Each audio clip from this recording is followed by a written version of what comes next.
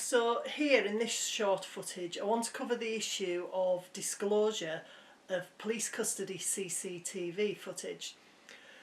Now this is covered both by the general disclosure rules, which are under the Criminal Procedure and Investigations Act of 1996 and the relevant codes of practice, but it's also covered by the Data Protection Act and GDPR. So any person who's been brought into custody also have a right to seek disclosure of any material which has recorded them under Data Protection and GDPR.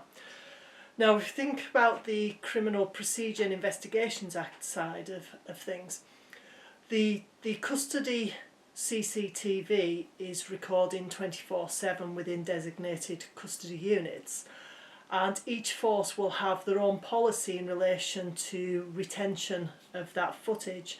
And certainly I'm aware of forces having a variety of durations from as short as 12 months up to 5 or 7 years.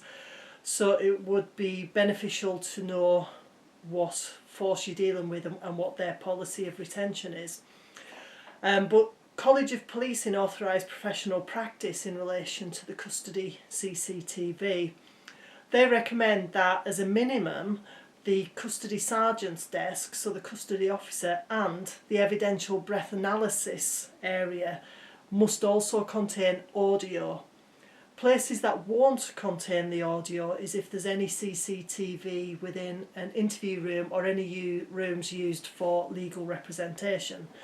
But certainly, whether you're engaged with the prosecution or the defence side, there could be information on that CCTV footage which is relevant to you.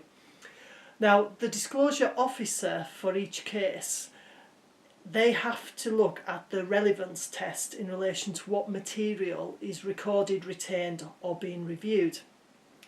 And certainly from my experience, if it's a death in custody, the CCTV is always there on the schedules. But for other cases, I tend to find it's not listed either on the used or unused schedule. But the custody CCTV is capable of having a bearing on any issue in the case. Now, initially, the prosecution might not be aware of what the defence case is.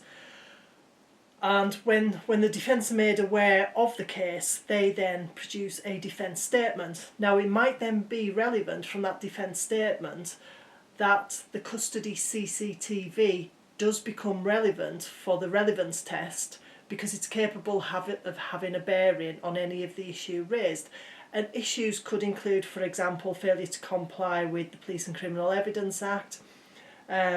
It could comply with practices contrary to practices. So if the defence raise the issue, then the prosecution, having the CCTV footage available, can either confirm the defence's case or can negate it. So it's beneficial for both sides to have that CCTV. Now, what we don't really want is for a case to get outside of the duration of the retention period when they suddenly realise that all of this footage was available and now is no longer there.